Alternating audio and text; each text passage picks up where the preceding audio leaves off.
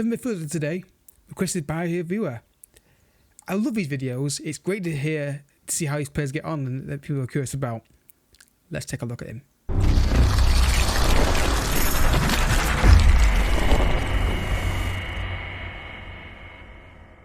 What is happening, folks, and welcome to a brand new episode of Stars of Tomorrow, an FM22 series where we look at some young talent on Football Manager and we see how they get on the course of their careers with players that I am curious about, and personally you keep me in the comment section or my Discord if you're in there as well.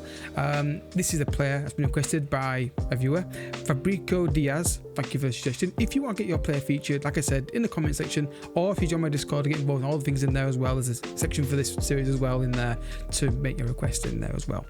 Now, also down below, my FIFA channel and also my Let's Play channels down below as well, and also my Discord and Twitch as well. This is always the main focus. This channel is always the main one.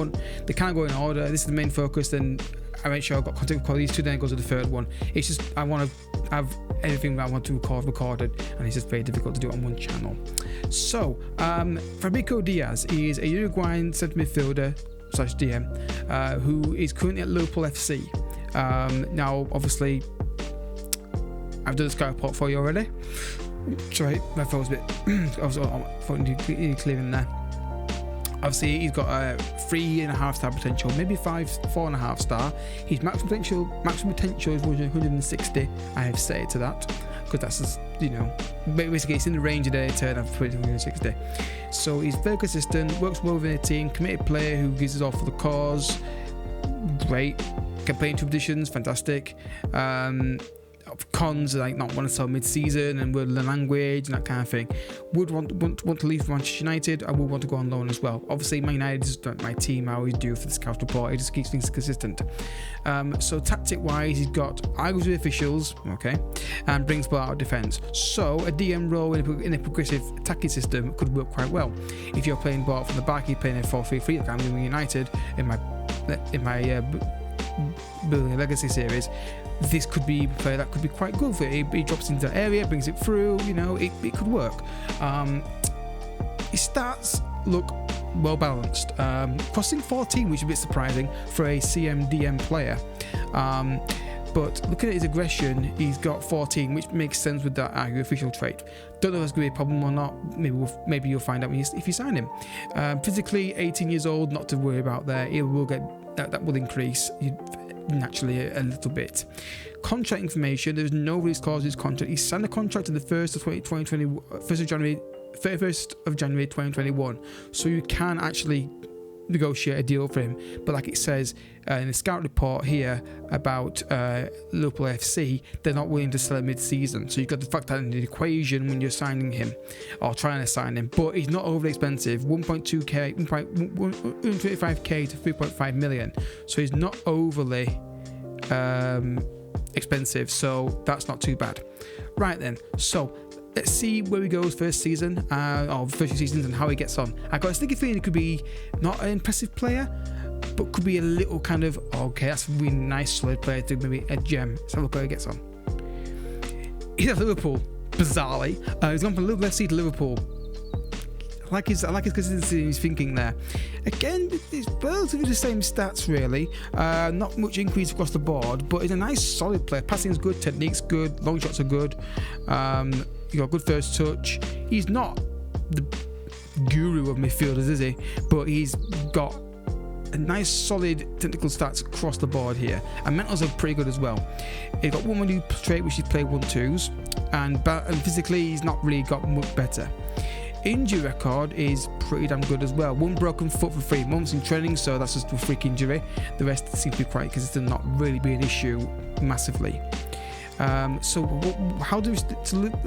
I'm not going to see many goals this year, really. 3 assists, 1 and 9. Then £1.5 million Liverpool got him for, and barely played him. This season he played 20 games and got 3 assists. 20 appearances total, but 10 really for the club in competitive games. I think this guy could be fallen into the category, I said it before on this series in previous years, I'll say it again now, I remember a player called Lucas Romero. If you're an old school FM player, you know who that guy is. And he was just, the stats didn't look amazing, but he was in my last long-term United, so I did. he was just critical to my team. When I took him out, my team didn't function in midfield as well. So this could be the guy that could be that kind of player. You know, stats can be misleading at times on players. I found players with like 12 finishing, score 30 goals a season. You wouldn't think it looking at glancing at a stat, would you? But he's not overly expensive either. So this series is all about finding those gems for not necessarily the biggest clubs in the world like United, Madrid, Barcelona, PSG, whatever. It's those clubs that maybe try and build something and you think this is the guy I need just to move it forward a little bit. So that's why I do requests, so you guys can get your thoughts, because sometimes the idea of this series is that you guys look at these players and think, I'm not sure. Well, Matthew will do a video for me, and I will do a video for you, and I will give my opinion on him, as much as it is, though you probably do opposite what I say. So yeah, you can play MC as well, looking at this at development. Long shots 14 would line up with that quite well, in my opinion. So what's his weak foot? I didn't check weak foot, did I? He is okay with both feet. Obviously favours his right foot. Okay, let's continue. Right, folks, now at Benevento, or how you pronounce it. Again, vision 16, technique 15, passing 15, versus 15, deep line playmaker, deep line playmaker, deep line playmaker. It just has ringing, flashing in my head right now when I read those stats and look at that. Big ball defense as well, still the same player traits. Physically not really got much better, but he's not really needed in midfield central role. I always like to see those a bit higher in attacking roles, so he can beat men with strength and or with pace. Wanted at the moment by Aston Villa. Still just want to show the roles here in a bit more detail. You can see natural nose, campaign AMC as well. Injuries, okay, it's not really concerning me. There's nothing there really jumping out as like, what the hell? So I'm quite okay with that. How did Liverpool do with him? Well, they let him go on a free transfer, so it says it all. Didn't really play the guy, did they? Though in the competitive football, he got 5 and 8, 4 and 7, and 5 and 7. And then Benevento, he got 2 and 4 in that season. So he's a nice, cheap alternative. He's not terrible, is he? I mean, 15, 15, 16, 15, 15, 15 on key stat of the ball, positioning, work. He's a nice little player. He's just not going to be maybe in the elite club. I think Liverpool just bought on potential and just didn't realise, and then probably had better options come up in their youth system, or they bought players with the money they earn for Champions League football and all that kind of stuff. But I think you've got a player here who could play in few positions. You can make him an AMC, you really could. Plays 1-2, as much as that jet box, you know what I mean, and long shots as well. Play 1-2 as a box, it could easily work if you're a good manager, unlike me. So, one more jump, guys. I want to see if you can get like double figures for goal or assist one season, if any. Alright, folks, we've gone to Inter Milan now, and you see the stats have really stayed the same, which is one of the good things about this player is it's not really seeing a drop off in like physicality. It's played quite consistent throughout the review. Injuries, again, is not concerning, at least not for me anyway. Career stats, so Benevento sold him for free transfer. He got £24.5 million for him. We got 7 assists in his first season. They got 2 and 4, and then 3 and 5. But again, are they playing him in the first team at the moment?